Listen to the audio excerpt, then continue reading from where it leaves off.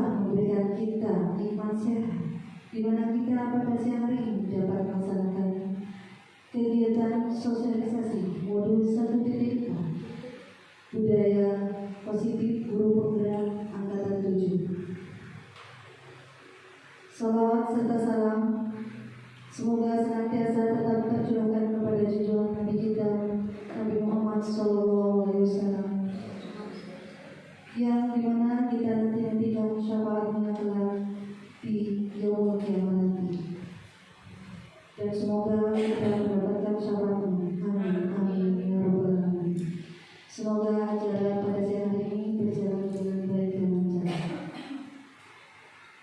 Perkenankan saya sebagai moderator untuk membacakan susunan acara sebagai berikut.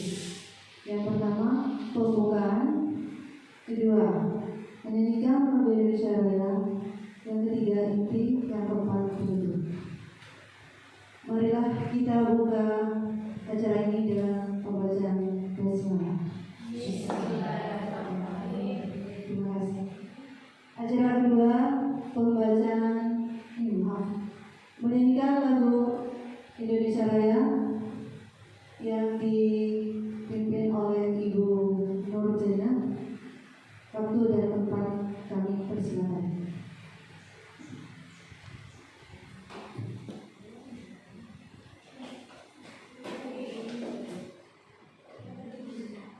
Bapak dan Ibu dimohon untuk berdiri.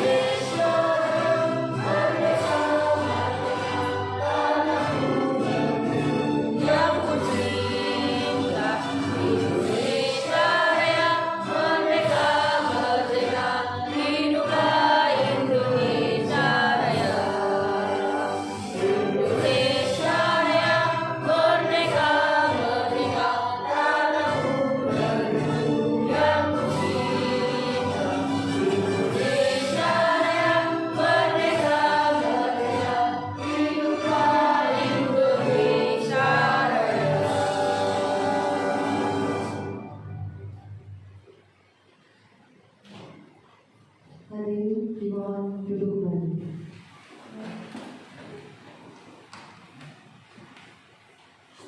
Acara selanjutnya adalah inti.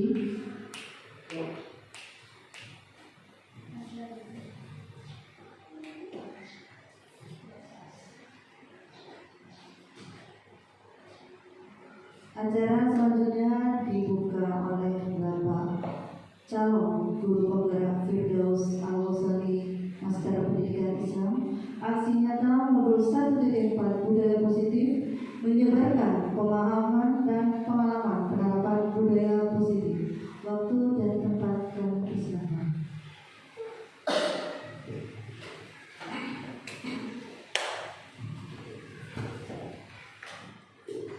Assalamualaikum warahmatullahi wabarakatuh.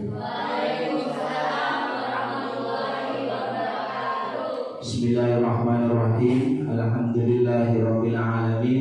Hamdan yuwafi mazidah ya rabbana lakal hamdu kama yanbaghi li'azimi sultanik. Allahumma shalli ala sayyidina Muhammad wa ala sayyidina Muhammad. Bapak guru hebat yang saya muliakan, pada hari ini izinkan saya akan menjelaskan aksi nyata modul 1.4 budaya positif menyebarkan pemahaman dan pengalaman penerapan budaya positif.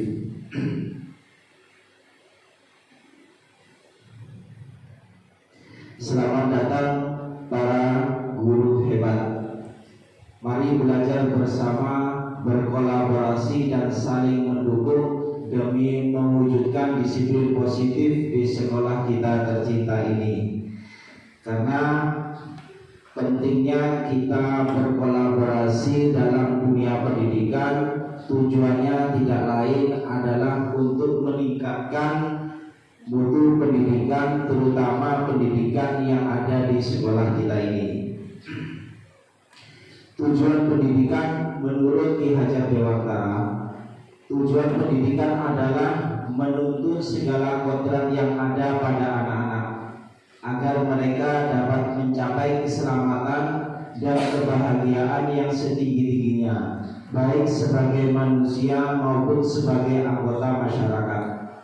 Oleh sebab itu, pendidikan itu hanya dapat menuntun tumbuh atau hidupnya kekuatan kodrat yang ada pada anak-anak agar dapat memperbaiki lakunya, bukan dasarnya, hidup dan tumbuhnya kekuatan kodrat anak. Jadi tujuan pendidikan kita pada kurikulum merdeka ini adalah bagaimana kita cara memerdekakan anak didik kita, ya. Konsep utama modul budaya positif yang pertama adalah perubahan paradigma belajar. Yang nomor 2, disiplin positif. Yang ketiga, kebutuhan dasar manusia. Yang nomor 4, motivasi perilaku manusia. Nomor 5, posisi kontrol restitusi. Nomor 6, keyakinan kelas. Dan yang nomor 7, segitiga restitusi. Ini adalah konsep utama modul budaya positif. Pembelajaran dengan paradigma baru. Pembelajaran dengan paradigma baru dirancang berdasarkan prinsip pembelajaran yang terdiferensiasi sehingga setiap siswa belajar sesuai dengan kebutuhan dari tahap perkembangannya untuk mewujudkan profil pelajar Pancasila. Sudah kita ketahui profil pelajar Pancasila itu ada berapa? Ada 6. Yang pertama adalah beriman bertakwa kepada Tuhan Yang Maha Esa dan berakhlak mulia. Terus yang nomor 2, mandiri. Yang nomor 3, bernalar kritis, kreatif, gotong royong dan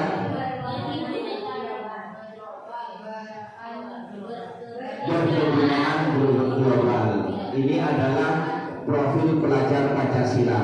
Ya, Bapak Ibu, kita walaupun di sekolah kita belum menerapkan kurikulum merdeka, tapi nanti kita akan tetap dituntut oleh pemerintah untuk menerapkan kurikulum merdeka di lembaga kita.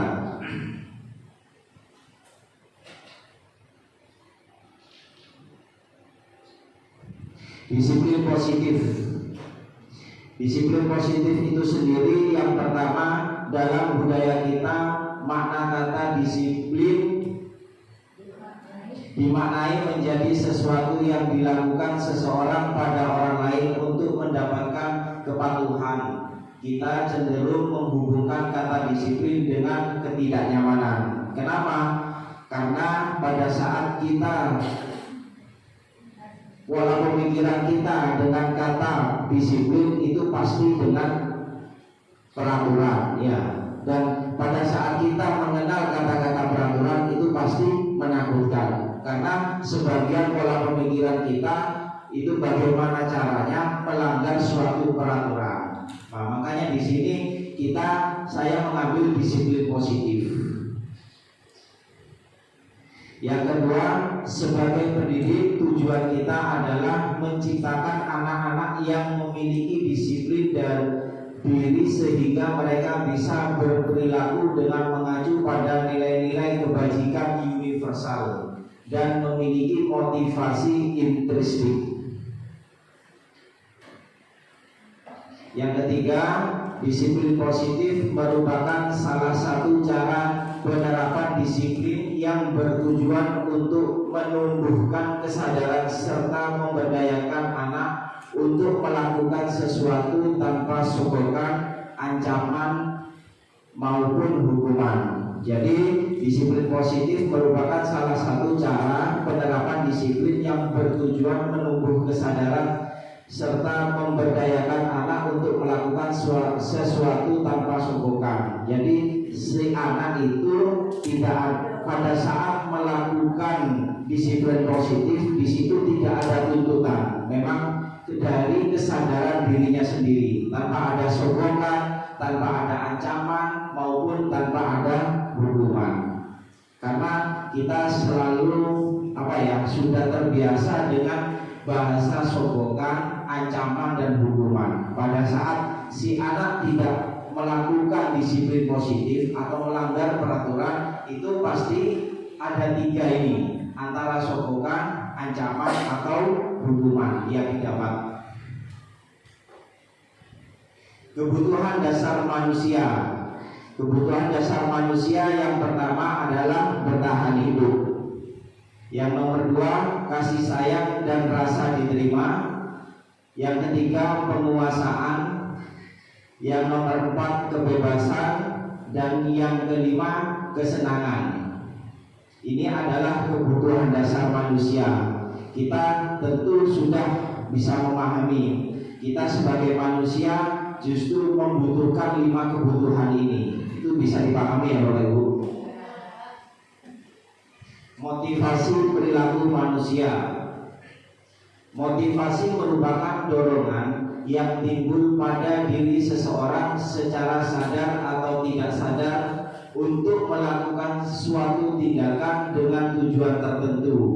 Ada 3. Yang pertama adalah menghindari ketidaknyamanan dan hukuman. Ini biasanya murid melakukan disiplin diri karena ia takut dihukum.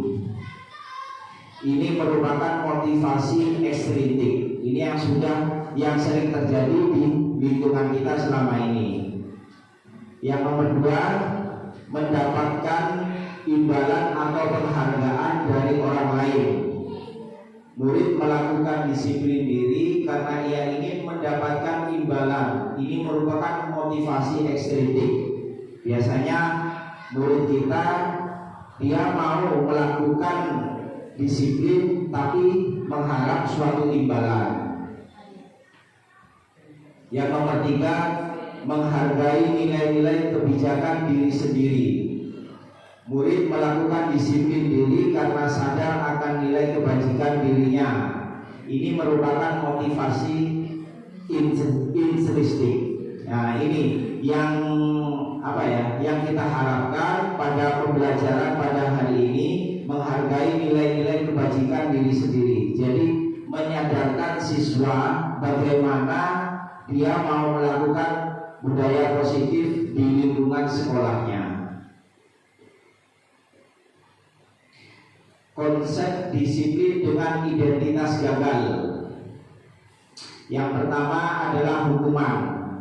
Dengan hukuman ini yang biasanya dialami oleh siswa itu menyakitkan, tidak nyaman, murid takut, memaksa, murid menyembunyikan kesalahan, dan murid menjadi rendah diri. Ini apabila Bapak Ibu memberikan hukuman, ini biasanya yang terjadi pada siswa, akibatnya terhadap siswa ini pertama menyakitkan. Pasti gitu ya, pada saat kita memberikan hukuman pada siswa kita atau pada murid kita, ini yang terjadi pasti siswa merasa tersakiti, ya. Terus merasa tidak nyaman, itu pasti.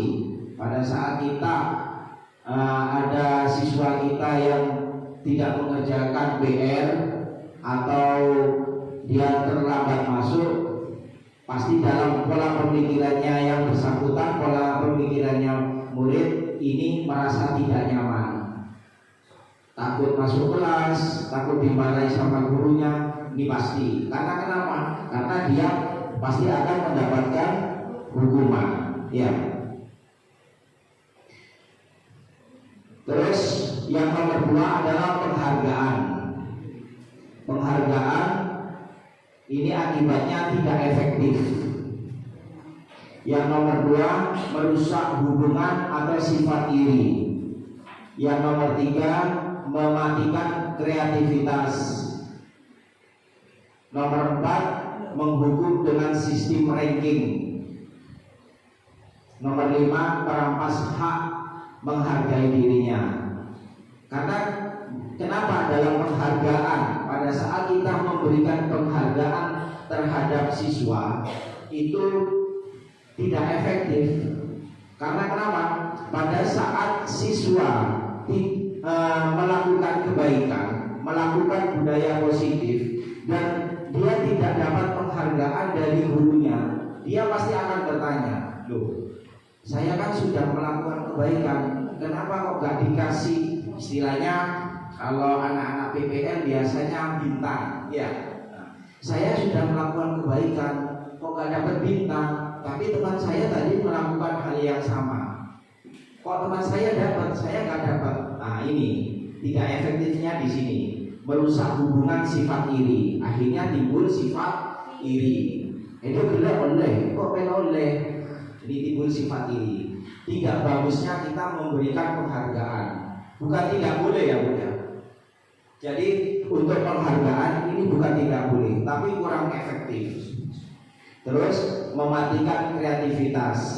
Akhirnya si siswa yang tidak mendapat penghargaan tadi akhirnya wislah kok males gue apa paling si oleh yelek yang dia toh kok lo pernah oleh. Nah itu ya, menghukum dengan sistem ranking. Pasti ini istilahnya ranking, si A terus yang dapat bintang, saya tidak pernah dapat. Akhirnya dia secara otomatis dalam dirinya minder sendiri, merampas hak menghargai dirinya. Tuh. Konsep disiplin dengan identitas sukses, konsekuensi. Yang pertama, penguatan jangka pendek. Yang nomor 2, perlu monitoring berkelanjutan. Ya, kita perlu monitoring berkelanjutan terhadap si anak. Kita tetap harus memantau. Dengan konsekuensi itu kita tetap harus memantau sehari-hari. Sedangkan yang kita pantau itu bukan 1-2 anak. Kalau memang yang kita pantau hanya 1-2 anak, okelah tidak masalah. Tapi di sini kita bukan punya 1 siswa atau 2 siswa. Minimal 1 kelas kita mempunyai 30 siswa per kelas. Stimulus atau respon, pasti kita memerlukan stimulus, memberikan stimulus kepada anak. Respon pada saat siswa itu tidak mendapatkan respon dari seorang gurunya, dia pasti akan bertanya, loh kenapa hari ini bapak atau ibu saya tidak merespon saya, padahal saya sudah berbuat baik. Karena itu yang diharapkan konsekuensi. Murid menghormati peraturan, bukan menghargai peraturan, tapi menghormati peraturan. Terus kehilangan waktu untuk merenungi kesalahan.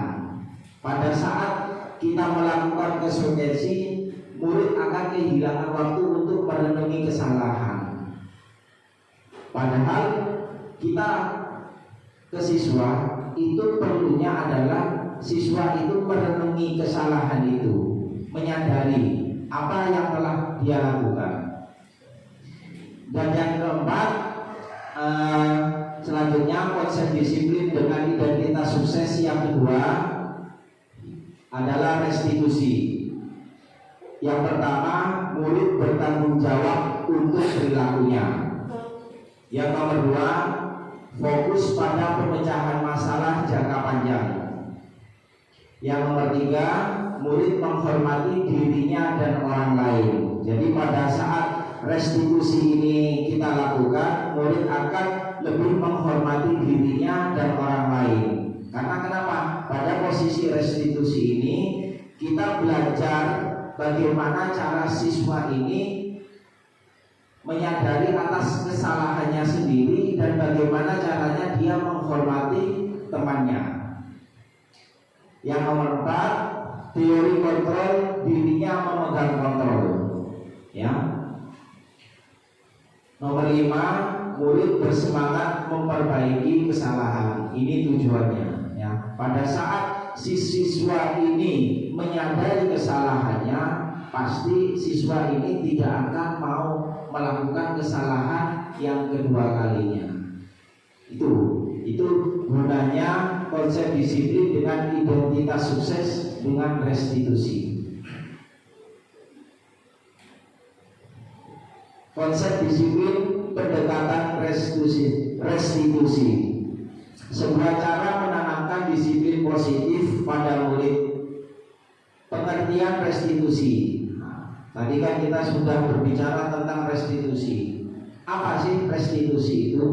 Restitusi itu adalah proses menciptakan kondisi bagi murid untuk memperbaiki kesalahan mereka sehingga mereka bisa kembali pada kelompok mereka dengan karakter yang lebih kuat. Jadi bagaimana kita menyadarkan murid kita, menyadarkan siswa kita sehingga dia dapat kembali dengan karakternya, mengembalikan pribadinya siswa itu sendiri. Karena kenapa? Pada saat siswa itu melakukan kesalahan, kalau kita hanya marah-marah saja memang sudah selesai, tapi pada hari itu saja.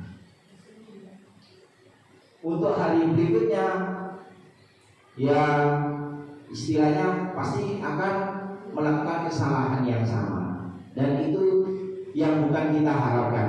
Ya. Ciri-ciri restitusi. Yang pertama, bukan menebus kesalahan, namun belajar dari suatu kesalahan. Nah, ini ciri-cirinya restitusi. Siswa bukan menebus kesalahan, tapi namun belajar dari kesalahan. Kalau hanya menebus kesalahan, kamu tidak piket, ya sudah, nanti istirahat piket, sudah selesai masalah. Tapi kamu tadi kenapa tidak piket? Nah, bagaimana solusinya? Bukan menebus, ya. Kalau istilahnya kalau menebus itu kan hutang. Kamu punya hutang 1.000, dibayar 1.000, sudah selesai. Tapi kalau kita belajar restitusi, bukan menebus kesalahan, tapi belajar dari suatu kesalahan.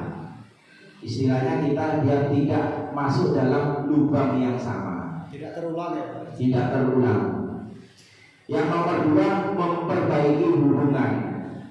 Pada saat siswa itu mungkin bertengkar dengan temannya, itu bagaimana caranya kita memperbaiki hubungan siswa A dengan siswa B ini yang telah bertengkar ini agar baik lagi. Karena biasanya pada saat kita menemukan anak bertengkar, itu yang ada kita hukum si A dengan si B. Tapi setelah keluar dari kantor, pakun dan mendengar ya, oh begini, lentek dan jembatan. Biasanya kan seperti itu. Nah, ini bagaimana caranya biar tidak ada seperti itu.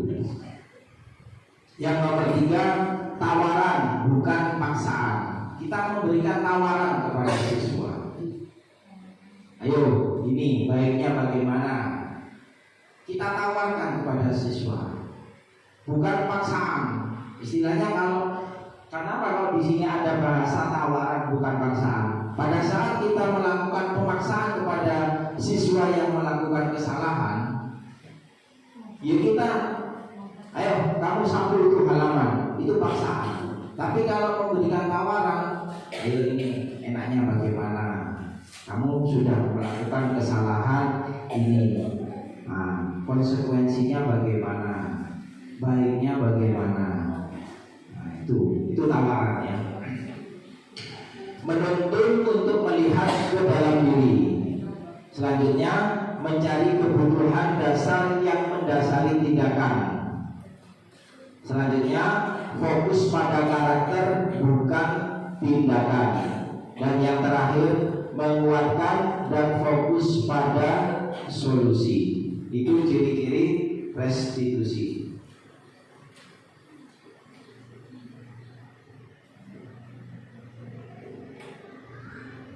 Perbedaan. Ini ada contoh kasus siswa sering tidak mengerjakan PR. Pada saat kita menemukan siswa yang tidak mengerjakan PR, kalau kita berikan hukuman, ini yang pasti guru lakukan adalah guru menghukum siswa tersebut dengan hormat bendera selama 10 menit. Ini biasanya yang kita lakukan. Nah, ini kalau kita memberikan hukuman. Tapi kalau pada saat kita memberikan konsekuensi, itu guru memberikan konsekuensi untuk mengerjakan PR-nya saat istirahat. Bedanya hukuman dengan konsekuensi. Kalau memberikan hukuman, kamu nggak kerjakan PR, enggak Pak, maaf, saya lupa. Sudah, sana keluar, hormat di atas di depannya bendera merah putih. Tapi kalau konsekuensi, guru memberikan konsekuensi karena kamu tidak mengerjakan PR, konsekuensinya kamu harus mengerjakan PR di kelas. Itu konsekuensi. Tapi kalau restitusi, guru menanyakan keyakinan kelas atau dirinya dan membantu siswa menyelesaikan masalah. Dicari permasalahannya. Kamu tidak mengerjakan PR. Iya Pak, maaf, saya tidak mengerjakan PR. Kenapa kamu tidak mengerjakan PR? Karena saya di rumah. Karena kenapa ya Bapak Ibu? Kok ada seperti ini? Karena permasalahan siswa itu di rumah, background siswa di rumahnya itu berbeda-beda. Ya jangan sewu, ada siswa yang putranya seorang petani, ada yang siswa putranya pedagang. Apalagi di daerah kita rata-rata siswanya yang berjualan kopi di kapal. Nah, pada saat kita menemukan siswa yang seperti itu kan pasti jauh dari pantauan orang tua. Lain dengan kita alhamdulillah, yang orang tua kita memang ada di rumah. Yang kebetulan kita adalah guru yang bagaimana pada saat kita pulang dari sekolah kita bisa memantau putra kita. Kita pulang dari sekolah jam 2 siang, nanti ketemu ketemu sama anak kita. Tadi belajar apa nih di sekolah? Belajar ini. Ada PR-nya apa enggak? Kalau ada PR, ayo dikerjakan. Itu sangat beruntungnya anak kita. Tapi pada saat kita bertemu dengan siswa kita, murid-murid kita, di mana murid kita background keluarganya berbeda-beda,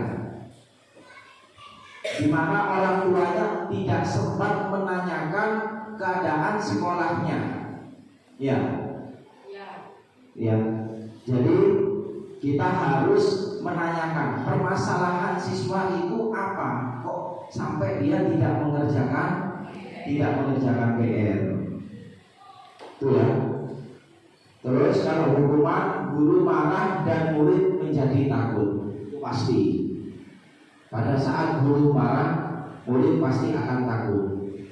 Takut akibatnya apa? Besoknya tidak mau masuk sekolah.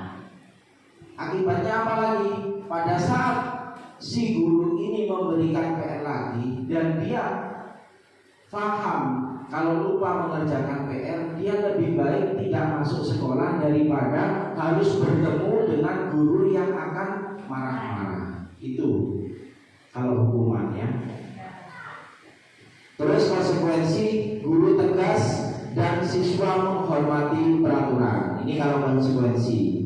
Efek baiknya, guru tegas, siswa menghormati peraturan. Nah, kalau restitusi, guru terbuka dan siswa menghormati dirinya dan orang lain. Kita antara guru dan siswa saling terbuka, seakan-akan tidak ada jarak, di mana siswa kita itu sama seperti kayak anak kita. Ya, saya sering juga lihat di sini ada beberapa guru yang yang muridnya itu sangat manja sekali sama gurunya.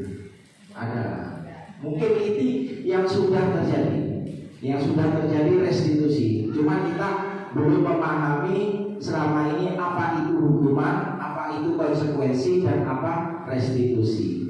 Tapi sebenarnya kita selama ini sudah melakukan ini, tapi kita hanya belum memahami apa itu restitusi, apa itu konsekuensi, dan apa itu hukuman. Ya.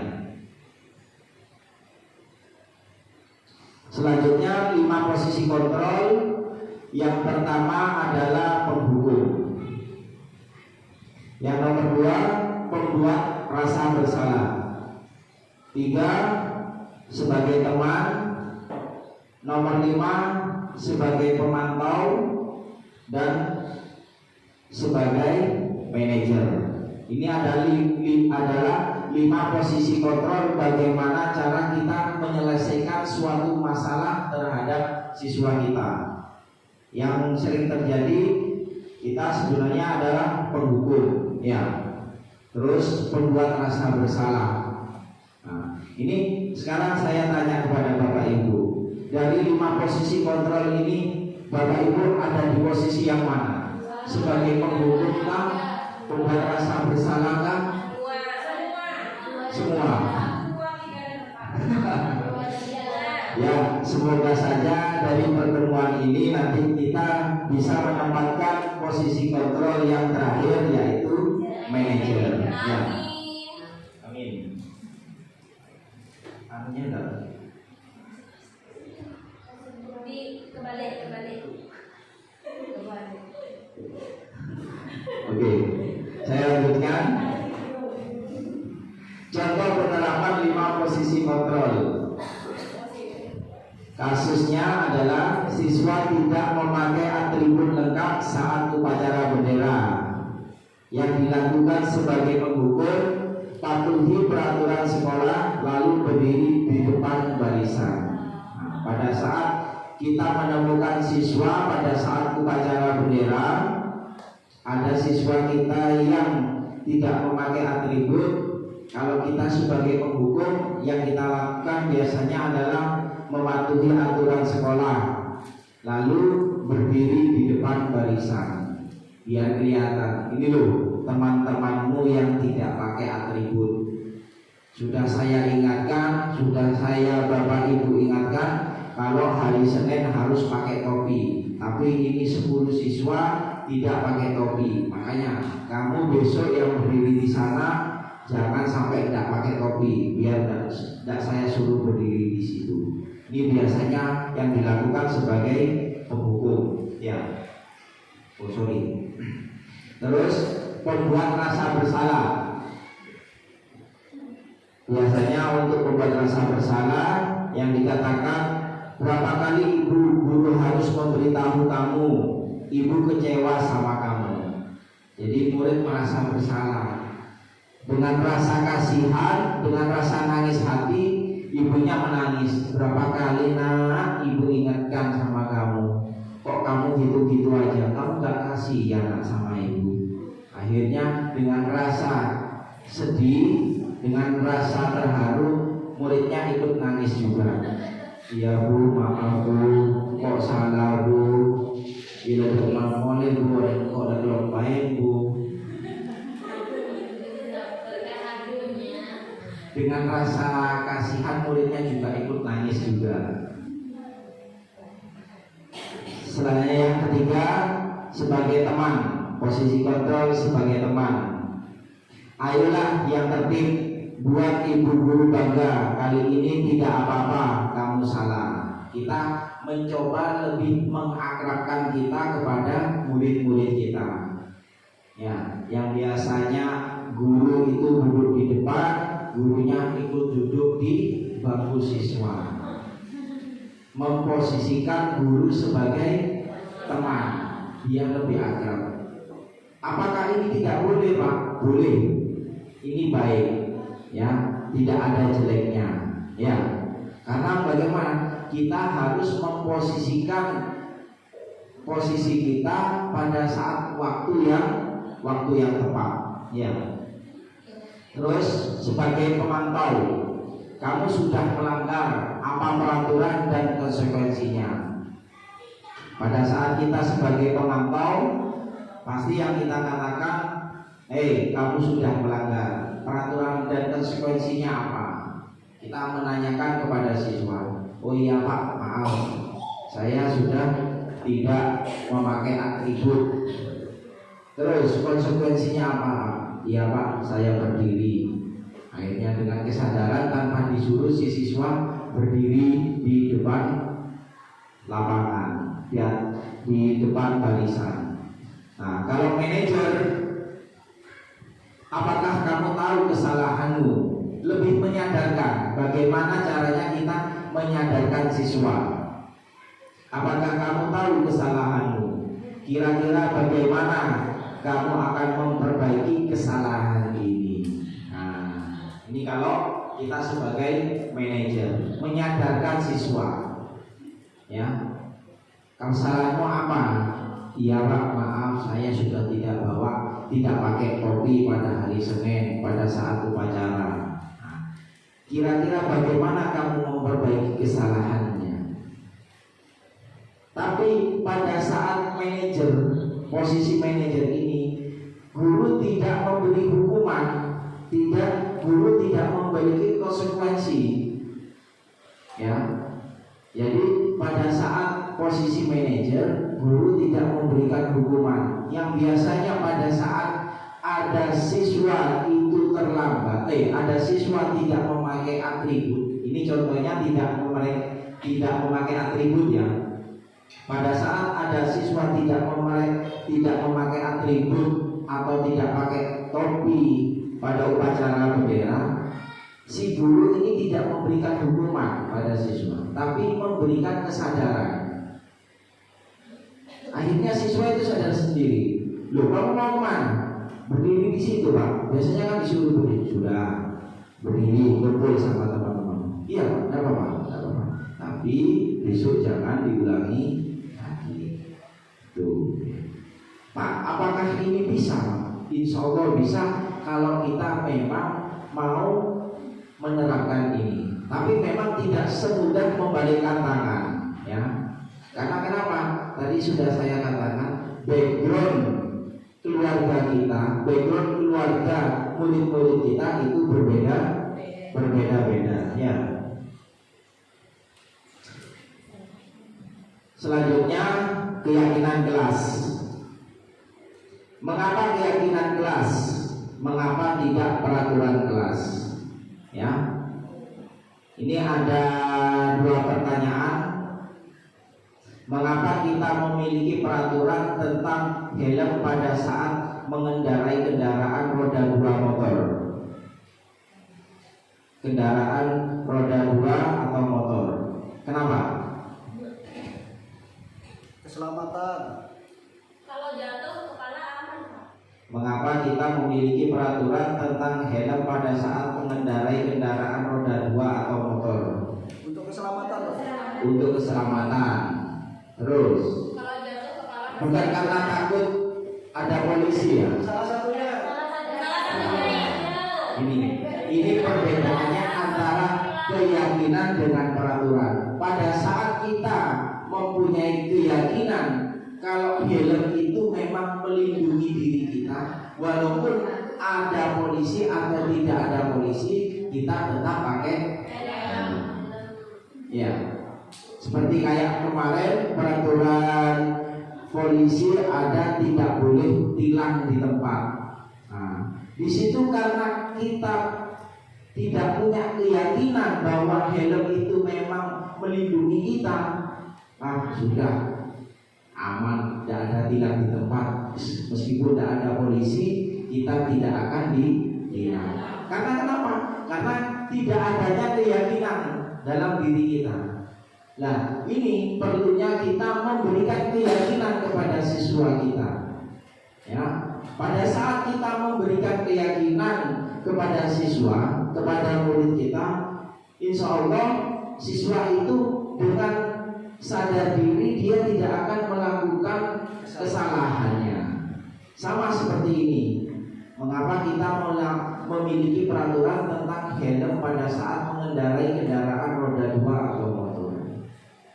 Walaupun kita berangkat naik sepeda motor, masuk di dalam kampung, karena kita punya keyakinan helm itu melindungi kita, kita tetap pakai helm.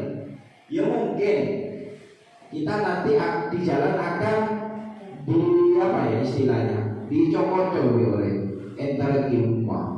Wah, bodoh nak beda helman, corak antar jauh. Tapi kenapa? Orang kita sudah punya keyakinan, ya tidak ada masalah. Ya. Yang pertanyaannya kedua, mengapa kita memiliki peraturan tentang penggunaan masker dan mencuci tangan setiap saat? Kenapa? Untuk kesehatan. Untuk kesehatan. Karena kita mempunyai keyakinan, ya, kalau masker dan cuci tangan ini bisa menjaga kesehatan kita. Takut corona. Minimal kita terjaga dari debu. Iya. Itu ya. Tapi kalau kita pakai masker, tapi hanya karena takut dengan peraturan, pada saat kita tidak bertemu dengan polisi di jalan, maskernya dilepas, ditaruh di jangkutnya. Nanti ada polisi dipakai lagi di hidungnya. Pengap ya. Ini perlunya kita mempunyai keyakinan pada diri sendiri. Yang selanjutnya kegiatan membuat kegiatan kelas 6. Guru bersama ini maaf ya, kegiatan membuat keyakinan. Kegiatan membuat keyakinan kelas 6. Guru bersama siswa membuat keyakinan kelas. Rentetannya adalah kita diskusikan tentang peraturan. Yang nomor 2, merumuskan peraturan menjadi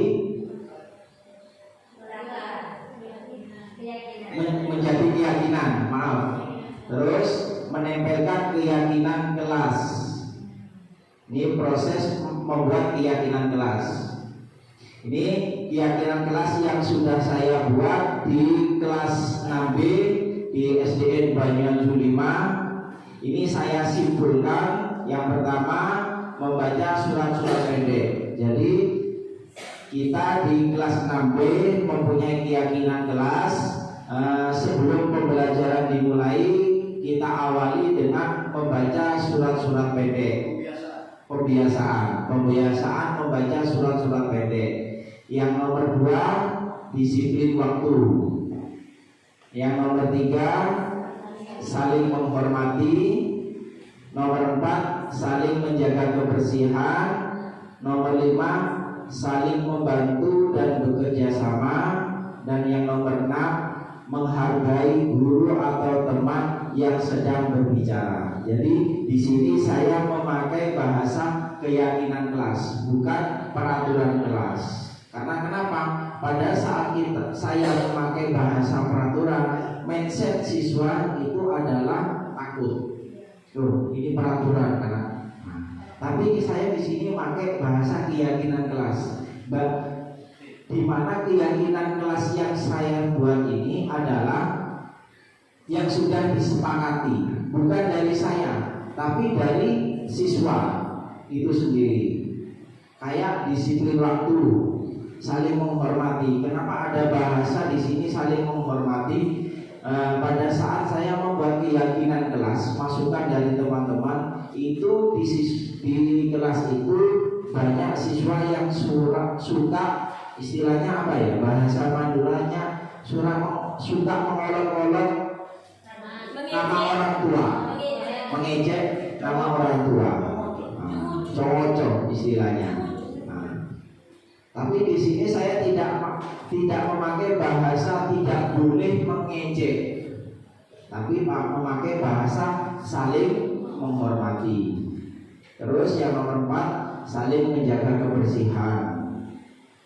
Saling menjaga kebersihan ini kemarin dari siswa, dari murid ini pakai bahasa taat tiket, kan bahasanya terlalu global. Jadi saya lebih rubah bahasanya agar lebih mudah dipahami. Terus yang nomor 5, saling membantu dan bekerja sama. Nomor 6, menghargai guru atau teman yang sedang berbicara. Ini bahasa yang sudah saya rubah untuk keyakinan kelas di kelas 6B. Bapak Ibu bisa membuat keyakinan kelas di kelasnya masing-masing. Nanti coba Bapak Ibu praktekkan. Mungkin bahasanya, kalau bahasanya siswa itu kan bahasanya masih kadang masih baku, sulit dimengerti itu ya. Ini bisa diubah nanti.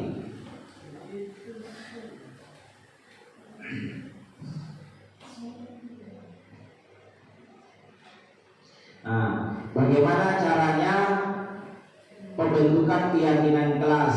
Yang pertama, lebih abstrak dari peraturan, ya. Jadi kita memakai bahasa yang lebih abstrak dari bahasa peraturan. Kalau peraturan itu kan biasanya pakai bahasa tidak boleh. Nah, itu kita hilangkan bahasa-bahasa seperti itu. Terus berupa pernyataan yang universal. Yang nomor 3, dibuat dalam bentuk positif. Jadi kita bagaimana caranya membentuk kata-kata itu lebih positif lagi. Yang nomor 4, sedikit saja agar mudah diingat, jangan terlalu banyak. Jujur pada saat saya membuat keyakinan kelas ini masukan dari siswa ini ada 15, ada sekitar 15 masukan dari teman-teman. Mungkin ada yang sama antara siswa satu dengan siswa yang lain. Ada yang memberikan masukan tidak boleh mengolok-olok orang tua, tidak boleh makan dan minum di dalam kelas. Tapi bahasanya itu saya lebih universalkan seperti tadi. Selanjutnya yang nomor 5, sesuai dengan kondisi kelas dan sekolah agar mudah diterapkan. Jadi kita tidak istilahnya, kelas 6A seperti ini, 6B harus seperti ini. Jangan, kasihan. Karena kenapa? Kondisi kelas, setiap kelas satu dengan kelas yang lain itu berbeda-beda. Ya, istilahnya rumah tangga yang satu dengan rumah tangga yang lain itu berbeda-beda. Yang nomor 6, semua warga kelas atau sekolah dilibatkan saat membuat. Ya, kita melibatkan warga kelas kita. Jangan ada satu siswa pun saya nggak mau masukan dari kamu, jangan. Ya, semua warga kelas sekolah dilibatkan. Segitiga restitusi. Yang pertama, fungsi dari segitiga restitusi adalah menstabilkan identitas. Kita semua akan melakukan hal yang terbaik yang bisa kita lakukan. Yang nomor 2, validasi tindakan yang salah. Semua perilaku mempunyai alasan, ya. Dan yang ketiga, menanyakan keyakinan. Kita semua memiliki motivasi dan internal. Terima kasih. Ini penjelasan dari saya. Semoga bermanfaat. Mungkin ada pertanyaan dari Bapak Ibu yang perlu ditanyakan, monggo. Selanjutnya saya kembalikan kepada moderator. Akhirul kata, wassalamualaikum warahmatullahi wabarakatuh.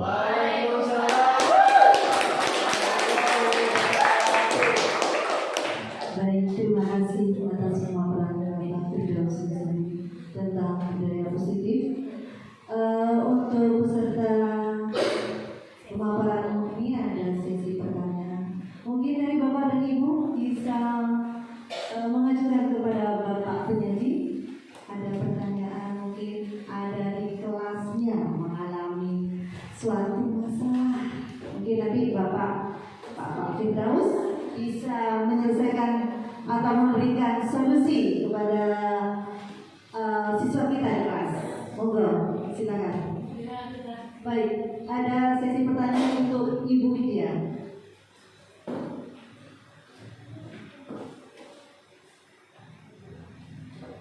Baik, terima kasih. Assalamualaikum warahmatullahi wabarakatuh. Sebelumnya terima kasih buat Pak Firdaus telah memberikan ilmunya pada kesempatan kali ini. Tadi Bapak menyinggung perihal peserta didik yang jika pada saat upacara bendera itu kurang lengkap. Atributnya. Cara yang benar untuk menegurnya itu kan tadi tentang manajer. Ya. Apakah kamu tahu kesalahanmu? Kira-kira bagaimana kamu akan memperbaiki kesalahan ini? Jika kita sudah menegurnya sampai 4 kali otomatis kan 4 minggu. Tapi anak tersebut tidak ada melakukan perubahan. Nah, itu solusinya bagaimana ya, Pak? Terima kasih. Wassalamualaikum warahmatullahi wabarakatuh. Waalaikumsalam.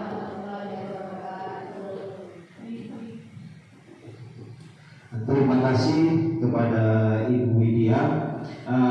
Tadi sudah saya jelaskan tentang restitusi. Bisa ke atas, slide-nya ke atas. Ya itu, ke atas lagi. Langsung aja ya, sambil nunggu slide-nya. Tadi sudah saya jelaskan tentang restitusi. Bagaimana kita menerapkan 5 posisi kontrol ini sebagai manajer. Nah, pada saat kita memposisikan posisi kontrol kita sebagai manajer, itu sudah saya jelaskan tadi, tidak semudah membalikkan tangan. Memang tidak menutup kemungkinan minggu depan siswa itu akan melakukan kesalahan yang sama lagi. Tapi dari 5 posisi kontrol ini, dari penghukum, pembuat rasa bersalah, posisi teman atau pemantau, ini sama-sama tidak menutup kemungkinan siswa itu melakukan kesalahan yang sama juga. Tapi kita melihat dampaknya. Pada saat kita melakukan posisi kontrol manager, siswa ini lebih legowo. Istilahnya, yang biasanya saya dihukum, disuruh berdiri di depan barisan, di depan barisan teman-teman. Ini kenapa kok saya sekarang sama Pak Firdaus kok gak disuruh berdiri? Biasanya Pak Firdaus ini kalau ada siswa yang nakal, ada siswa yang melanggar hukuman, biasanya kalau nggak dijewer, disuruh berdiri di sebelahnya tiang atau di panasnya. Tapi metungaren, cana-cana, metungaren biasanya Pak Firdaus ini tendang ya. Tapi sekarang kenapa? Nah, ini loh, apa ya istilah kesadaran siswa. Jadi siswa ini istilahnya, kenapa ya biasanya saya ini kok dihukum, tapi kok nggak dihukum? Berarti besok biar saya nggak istilahnya kita menumbuhkan kesadaran siswa. Tapi yang tadi yang ditanyakan sama Bu Widya, bagaimana siswa itu apabila melakukan kesalahan yang sama di minggu berikutnya? Sebenarnya yang dipertanyakan sama jenengan itu tidak menutup kemungkinan pada saat kita melakukan 5 posisi kontrol ini. Pada saat kita menghukum siswa, ada siswa yang tidak pakai topi, minggu depannya juga dia nggak pakai topi lagi. Boleh, berikan alih topi, boleh, no topi. Itu kita menghukum.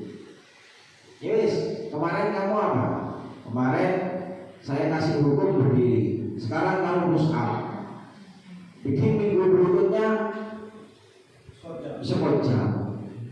Ini kan rasa kasihan. Tapi di sini kita bagaimana menumbuhkan sifat manajer kita, posisi kontrol manajer terhadap siswa, sehingga siswa itu lebih sadar dari kesalahan yang telah dia perbuat. Itu ya, bisa dipahami ya Bu. Bisa menumbuhkan kesadaran siswa dari kesalahan yang siswa perbuat. Bisa disebut malu gitu, malu melakukan kesalahan. Kalau dibilang malu enggak, karena kenapa? Pada saat kita melakukan posisi kontrol manager, itu kita ini memanggil siswa di kantor, bukan memberikan pertanyaan di depan umum. Jadi pada saat posisi kontrol manager ini, pada saat upacara berlangsung, apabila ada siswa yang tidak melakukan, tidak membawa atribut, itu siswa itu kita biarkan dulu. Setelah upacara baru kita panggil. Empat mata baru kita panggil. Nah, setelah kita panggil kita tanyakan, kenapa? Kamu tahu apa kesalahanmu? Kenapa kok saya panggil di sini? Lebih ke konseling gitu. Lebih ke konseling, istilahnya lebih ke konseling. Tuh ya. Tapi kan yang biasanya kita lakukan kan pada saat ada upacara bendera dan kita lihat siswa itu tidak pakai atribut atau tidak pakai topi, kita langsung main tunjuk aja. Ayo, itu. Maju ke depan. Nah, itu kan istilahnya pada saat kita melakukan itu posisi apa ya? Siswa kan merasa malu. Pasti dia punya rasa malu. Nah, dari rasa malu itu akhirnya karena dia memang mungkin kan pada saat siswa itu tidak pakai topi, itu kan ada sebabnya. Mungkin sebab karena lupa. Ada sebab memang karena tidak punya, tidak kuat untuk membeli lagi. Nah, permasalahan ini loh yang perlu kita ketahui. Kenapa siswa itu tidak pakai topi? Apakah memang tidak punya, atau memang tidak kuat beli, atau memang karena lupa? Bukan langsung memberikan hukuman pada siswa. Karena saya pernah dari pembiasaan saya membaca surat-surat pendek di kelas, itu ada satu siswa memang tidak pernah membawa juz amma. Saya tanyai, kamu kenapa kok gak bawa juz amma? Gak punya Pak. Terus minggu berikutnya, awalnya saya memang memberikan hukuman. Pada saat siswa itu tidak membawa juz amma di pembiasaan, saya suruh berdiri siswa itu. Di hari berikutnya, minggu berikutnya sama, gak bawa juz amma lagi. Ternyata setelah saya cari permasalahannya, memang dia itu tidak punya. Sampai saya tanya sama teman-temannya, harganya juz amma itu berapa sih? 15.000. Coba kamu beli, kamu nyimpen. Ternyata setelah saya selidiki, karena memang Yeon Sewu, karena memang anaknya orang tidak. Ini loh, mengetahui permasalahan yang ada di siswa kita. Jadi jangan asal main hukum selesai permasalahan. Bukan masalah selesai, tapi tidak akan selesai di situ. Itu ya. Mungkin ada pertanyaan lagi, monggo. Bapak dan Ibu mungkin ada pertanyaan kedua. Silakan. Ada Bapak atas sini.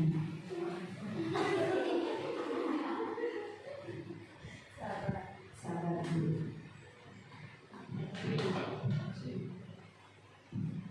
Assalamualaikum warahmatullahi wabarakatuh. Terima kasih atas waktunya. Saya Krisna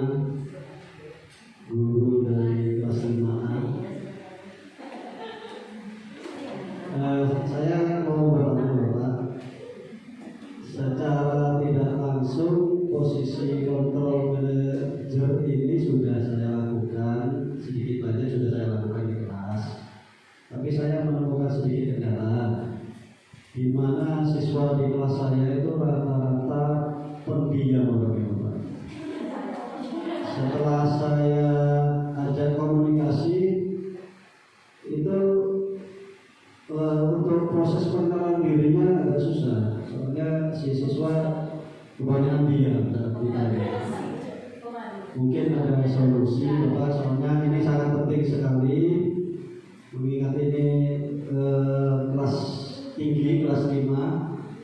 Setelah itu nanti bisa naik ke kelas 6 dan lepas dari SD sini berbaur dengan sekolah lain di sekolah lanjutan. Mungkin itu jadi perhatian saya. Terima kasih.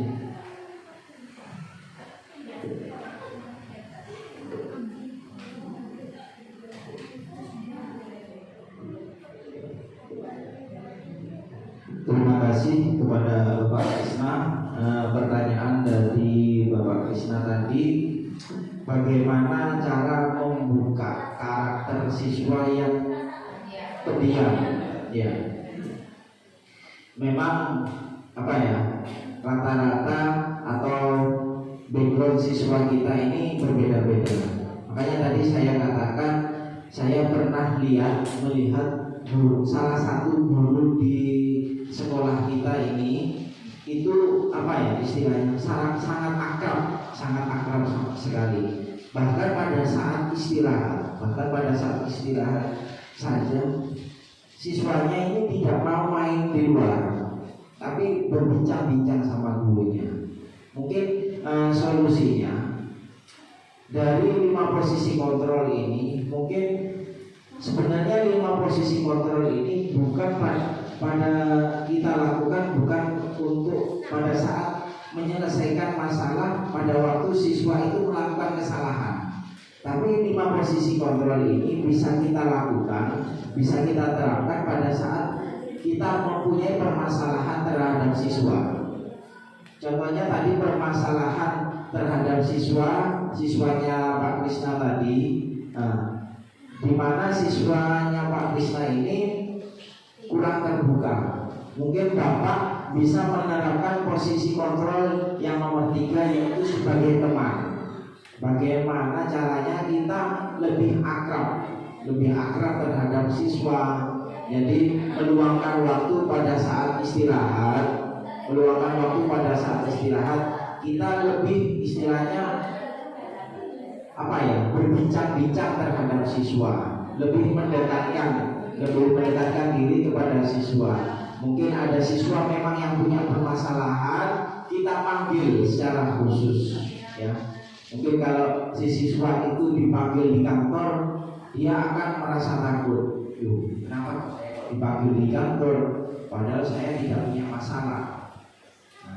Mungkin Pak Krisna bisa menempatkan posisi kontrol pada permasalahannya tadi di posisi kontrol sebagai teman, di mana pada waktu istirahat ini hanya masukan ya, jadi masukan, bukan saya yang paling benar, bukan saya yang paling istilahnya saya yang paling sempurna, tidak.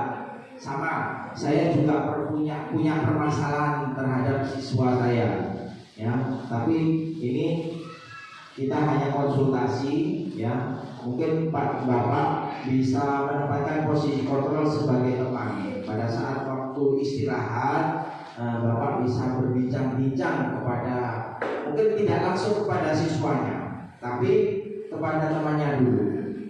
Kita cari backgroundnya siswa itu yang bersangkutan, istilahnya dari orang tuanya, lingkungan keluarganya bagaimana. Dengan data-data seperti itu kita bisa mengetahui bagaimana kita menyelesaikan masalah yang ada di siswa kita ya.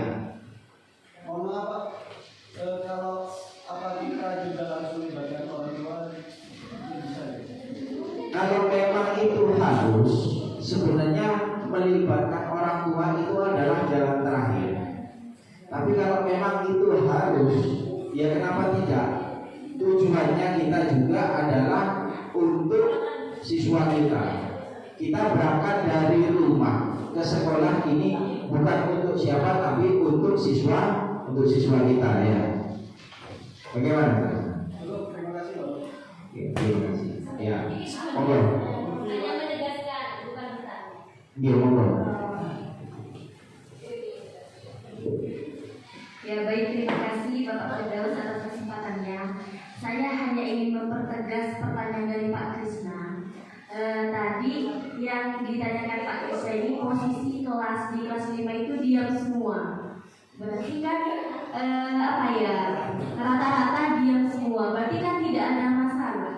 Yang bermasalah ini mungkin dari cara model pembelajaran saja yang ditingkatkan. Bagaimana anak itu bisa aktif dan interaktif di situ. Jadi bukan berarti penerapannya, karena yang disampaikan Pak Firdaus ini siswa yang bermasalah dengan penanganan penerapan 5 posisi kontrol seperti itu.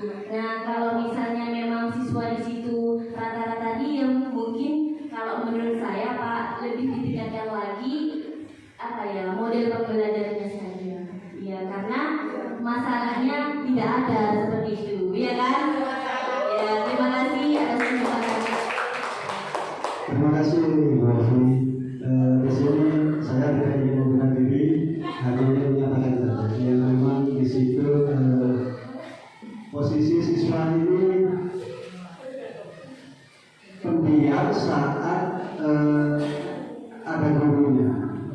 Saat tidak ada gurunya mereka itu aktif sekali, seperti itu Bapak. Jadi kalau umpama si guru itu terhukum, mungkin siswa seperti itu.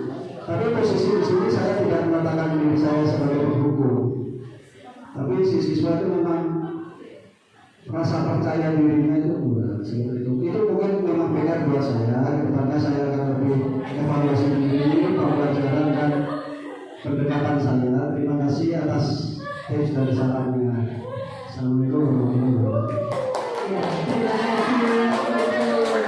kasih kepada Ibu Lutfi yang kita saling share. Terima kasih untuk Bapak Krisna dan Ibu Lutfi yang telah memberikan sedikit penekanan tentang penerapan 5 posisi kontrol. Nah, di sini saya menambahkan sedikit dengan Bapak Krisna. Mungkin itu siswa yang berkesulitan dengan Pak Krisna.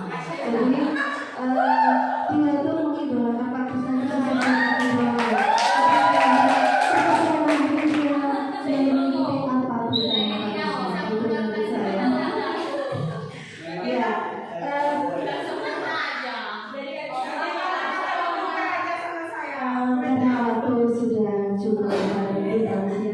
Di sini kami ucapkan banyak terima kasih atas kehadirannya. Di sini dalam pemahaman terhadap konsep-konsep pada modul budaya positif, yaitu perubahan paradigma belajar, disiplin positif, motivasi perilaku manusia, serta kebutuhan dasar, posisi kontrol, restitusi, serta keyakinan kelas dan segitiga restitusi yang kita pelajari pada hari ini. Semoga kita dapat menerapkan dalam kelas dan merubah paradigma belajar kita menjadi profil Pancasila. Kemudian di sini saya sebagai moderator